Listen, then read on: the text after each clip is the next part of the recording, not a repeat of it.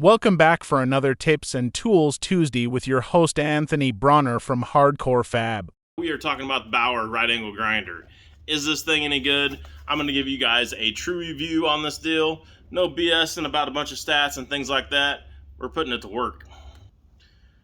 Alright, I told you guys I was going to give you a true review on this thing, and the way that I'm able to do that is I've already got one. And I've already put probably close to 100 hours on it or so, I would say.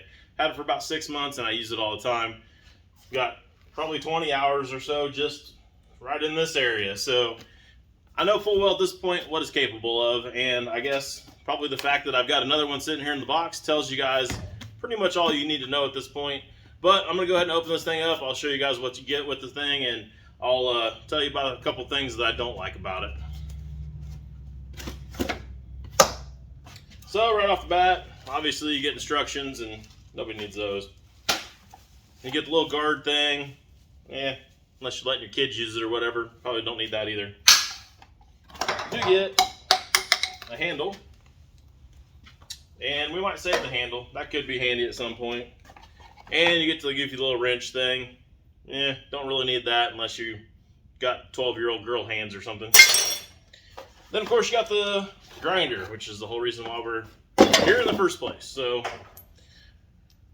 right off the bat, pulling out of the box, it's got pretty good weight to it and everything. The cord is pretty decent shape, and I like this particular style and this particular model of them for the pistol grip, or whatever you want to call that, the single hand operation or whatever.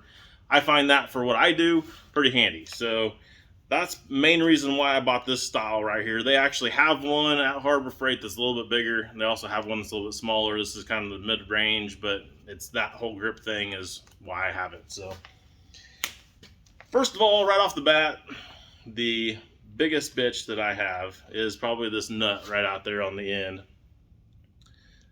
And I'll show you. I saved the nut off of an old DeWalt one. And just put them like this. And you can see the black one there is the DeWalt one. And it's a little bit bigger, it's a little bit thicker, and it's got a knurl on the outside of it. Doesn't seem like that big of a deal and difference really, but it's enough that when you're trying to use it with your hands in a glove or something like that, this little teeny tiny one doesn't work real well with gloves on and stuff. That actually works a lot better. So that's probably my biggest bitch right off the bat. And I guess since I told you about the other bitch, I'll go ahead and tell you about the next one that I have, and that's this little fan that's right here on the side of it. They have to have that to cool the motor, obviously, but the way this one is orientated, I'm right-handed, and when you're holding this in your right hand and your most common position or whatever that you're going to be using it, it seems like it blows all of the air coming out of that motor right up towards your head. And if you're doing something that's making a lot of dust, then you're going to have to breathe all of that. Or if it's smoke or whatever, it's just all going right up towards your face. Even throws some sparks up that way too. So I kind of find that a little inconvenient, and I don't really like that. So that's probably my other biggest bitch about it. But having that said, everything else about it seems like it's pretty decent. Like I said, I've got about 100 hours or so on this one, and I've been pretty impressed with it. The price is awesome. So you can't bitch about the price. The other thing that I'm curious, and we're going to find out here in just a second, when I bought this one, I was using an old DeWalt that the bearings were out of, and it was so loud that you pretty much had to have ear protection on just to hit the trigger. Well, this one, when I got it, I'd forgot how quiet a new one was, and I was really impressed with how quiet it is. So now that I've got a bunch of time on this one, I'm really curious to plug it in and the new one in, both side by side, and see how much of a difference there is and how much bearing noise and stuff there is in this one. So I'll go ahead and give that a shot and see how that turns out for it. Alright, so I got the two ready to do some testing. I probably should have done this beforehand, but I'm just kind of curious how much play there is there.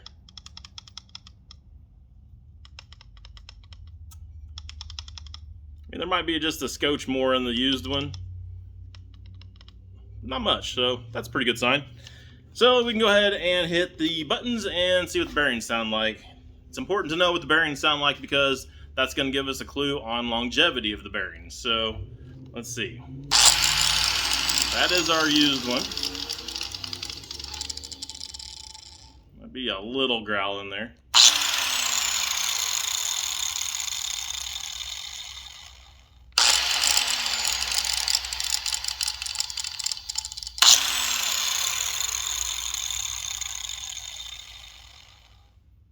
little growl in there, I'm not gonna lie.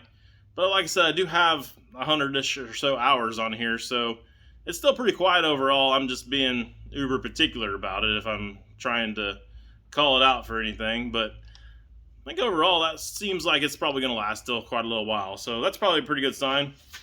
I think now the next thing that we could do is just take and bury this thing in some metal and just see what it'll do.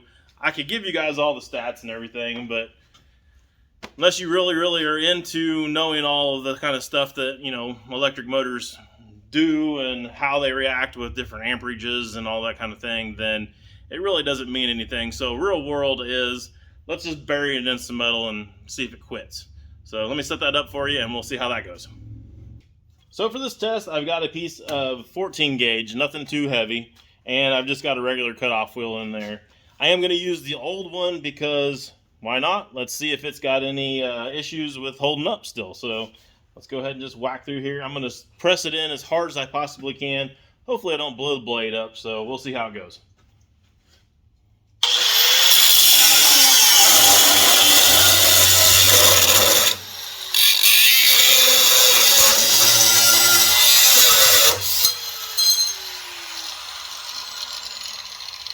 Well, that went pretty quick. Damn near used up all my blade.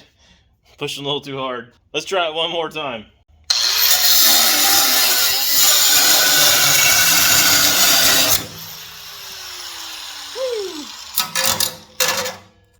Okay, so obviously that was not the correct way to cut a piece of metal, and I know that, but I was trying to stall the motor for you guys, and I could not get it to stall. All it did was just hook and grab and blow the blade up.